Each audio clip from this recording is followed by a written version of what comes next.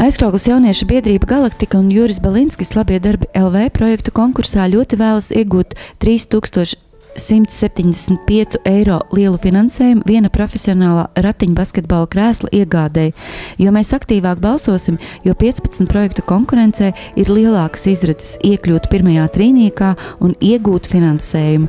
Atbalstīsim savējos un balsosim par Aizkraukles zvaigžņu komandu ratiņkrēslā.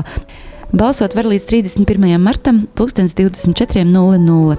Katrs bez maksas var nobalsot 3 reizes. Ērti nobalsot šajās saitēs labiedarbi.lv, inbox.lv, draugiem.lv.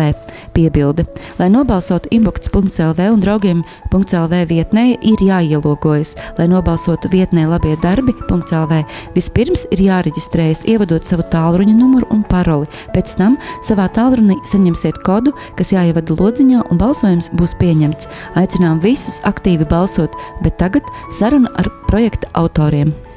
Sveiki, Aizkraukli! Šodien mēs esam pulcējušies Aizkraukles hallē, lai parunātu par ļoti interesantu tēmu, kas varētu būt interesanti arī Aizkraukles iedzīvotājiem. Lieta ir tāda, ka Aizkrauklē ir uzradušies jaunieši, kuri grib spēlēt basketbolu, bet viņi grib spēlēt basketbolu pavisam interesantā veidā, ratiņkrēslā. Un es jūs gribētu iepazīstināt šeit ar vairākiem cilvēkiem, kur tad arī varētu pastāstīt, kas tad ir izveidojusies, kāda situācija šobrīd ir Aizkrauklē ar ratiņbasketbolu komandu. Lūdzu. Sveiki, mani sauc Juris Balinskis, esmu Aizkraukles ratiņbasketbola komandas pārstāvis un uz doto brīdi arī veidotājs. Runājot par situāciju, kāda uz doto brīdi par Aizkraukles ratiņbasketbola komandu ir diezgan, neteiksim, ka pozitīva, jo ir trūkums gan atbalstā nedaudz no tā viedokļa, ka mēs esam ievietojuši portālā labiedarbi.lv projektu par pirmo profesionālo sporta ratu iegādi. Ir ļoti maz atbalsts, balsojot. Par pašu komandas sastāvu runājot, cilvēki ir, teiksim, atsaucīgi, bet tikai viņi kaut kā negrib īsti kārtīgi darboties.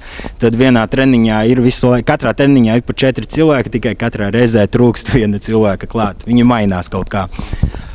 Patīkami ir tas, ka vienmēr ir pirmie 3 cilvēki, kas ir stabili un visu laiku, bet tie pārējie viņi uz maiņām. Tas principā priekš mūsu pirmās sajiešanas kopā Aizkrauklē izveidojot pirmo ratiņbasketbola komandu, tas ir diezgan, neteiksim, ka slikti, bet tas nav pozitīvi. Tādā ziņā.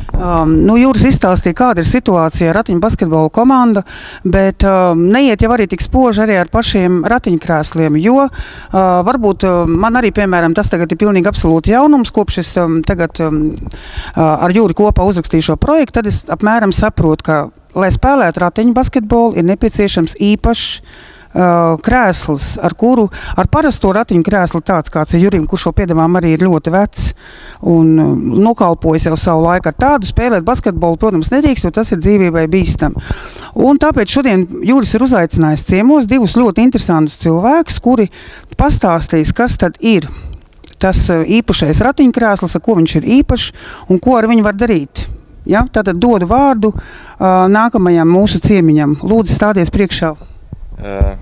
Labdien, mani sauc Kārlis Gabranovs, esmu Latvijas izlases kapteinis un esam šeit atbraukuši, lai palīdzētu kaut kā ar informāciju un lai var sākt jaunu komandu taisīt Aizkrauklē. Runājot par ratiem, tie ir speciāli rati, kas ir jāpasūta, un tas nav tik vienkārši. Bet ir ļoti liels prieks, kad džeki ir apņēmušies to darīt, un es domāju, nākotnē ar visu mūsu palīdzību un darbiem viņiem viss izdosies. Tā. Tātad žēl, ka puiši paši neparādīja, bet viņi pēc tam parādīs arī reāli spēlējot. Viņi parādīs, ko var izdarīt ar šo ratiņkrēslu. Ja?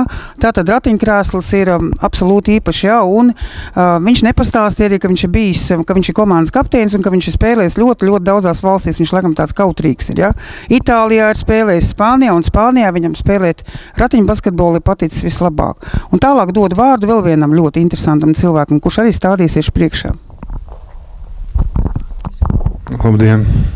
Esmu Eigars Miklāls, Latvijas Ratiņbasketbola sports federācijas izpilddirektors un arī kā spēlētājs un arī spēlēju Latvijas Ratiņbasketbola izlasē. Un teikšu tā, ka visu šito te sporta veidu turu kopā no 2002. gada līdz šim brīdim. Nu, un bija mums tāds forši ziedoša laiki, ka bijām 6 komandas Latvijā, un tagad ir pienācis tāds brīdis, ka esam tikai 2 vairs palikuši. Man prieks, kad ir Juris sāk izveidot aizkrauklē komandu, jo viņš ir spēlēja arī Raiskumu skolā, ka mācījās, un pēc tam pārgāja uz Sivu mācījās. Un tagad viņš to pašu arī grib turpināt aizkrauklē, un prieks par to, ka viņš grib savākt savā pulkā tāds pašs domājušs cilvēks un gribošs, jo cilvēkiem sēžot ratiņkrēslā tomēr ir vajadzīgas fiziskās aktivitātes, un tas arī dzīves jēgu rada lielāku. Un arī spēlēt ratiņbasketbolu pēc manas pieredzes un arī Kārļa un vēl daudziem puišiem ir rodam daudz draugus, daudz paziņas, arī daudz redzam un daudz ko arī izbaudam no dzīves, nekā sēžot mājā. Un tāpēc es dodu Jurim saku to sparu, lai viņš darbojās tādu pašu, kā ir uzsācis, un centīšos viņam palīdzēt arī dabūt sporta ratus. Jo sporta rati tiek, teiksim tā, kā Kāris jau teica, tas bez liela specifika, un rati tiek katram spēlētājiem tiek piemērīti un taisīt katram individuāli. Un rati ir ļoti dārgi. Kāpēc viņi tik dārgi? Jo tas ir roku darbs. To netaisa automāts nekas, bet to katrs viens cilvēks taisa no rokas, visu mēra, piemēra, un tāpēc tie rati tik dārgi. Un cerēsim, ka Jurim izdosies izveidot ratiņbasketbola komandu, un cerēsim, ka no aizkrauklas arī kāds no spēlētājiem ieklūst Latvijas Ratiņbasketbola izlasē.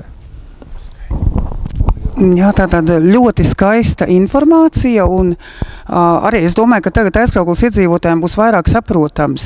Un mēs gribētu arī šodien izmantot izdevību un lūgt aizkraukliešus balsot par Jura Balinska projektu, kas ir aizkrauklas zvaigžņu komanda, basketbola komanda cilvēkiem ratiņkrēslā, jo tad, kad mēs rakstījām šo projektu, īstenībā mēs atklāti sakot nemaz nezinājām, ka tas viss būs tik ļoti sarežģīti un ka tās balsis savākt arī atklāti sakot nemaz nebūs tik vienkārši.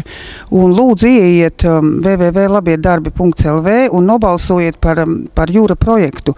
Varbūt cilvēkiem, tas ir tas, ko arī tagad paskaidroja cilvēki no Ratiņu basketbola federācijas, ka tas nav nemaz tik vienkārši saprast, kāpēc tas ratiņkrēsls maksā tik daudz. Tātad mūsu projekta tām ir 3125 eiro un 3000 no tiem maksā ratiņkrēsls. Bet ticiet man, ka tā nav pilnīgi nekāda ekstra, ka tā ir pilnīgi dzīves nepieciešamība, lai šie cilvēki ratiņkrēslā varētu justies tāpat kā visi pārējie cilvēki. Viņi nav pilnīgi absolūti neko savādāk. Viņi grib spēlēt basketbolu, viņi grib iziet ielās. Un līdz ar to arī aizkrauklē noteikti ir jāpiedomā arī par vides pieejamību, jo arī, kā mēs ļoti labi paši visi zinām, ja, tad tā vides pieejamība nemaz visur arī tāda nav, ja, ka pārvietoties aizkrauklē samērā grūti un arī iekļūt dažādās telpās un ofisos. Un te mēs arī pirms programmas sākuma arī domājām, runājām par, piemēram, ja cilvēku ratiņu basketbola komanda gribētu šeit organizēt nometni, tad mēs principā atrast viesnīcu aizkrauklē nevaram. Jo neviena viesnīca nav, kurā varētu iebraukt cilvēki ar ratiņkrēslu. Tā kā lūdzu aizkrauklieši balsojiet, un tagad mēs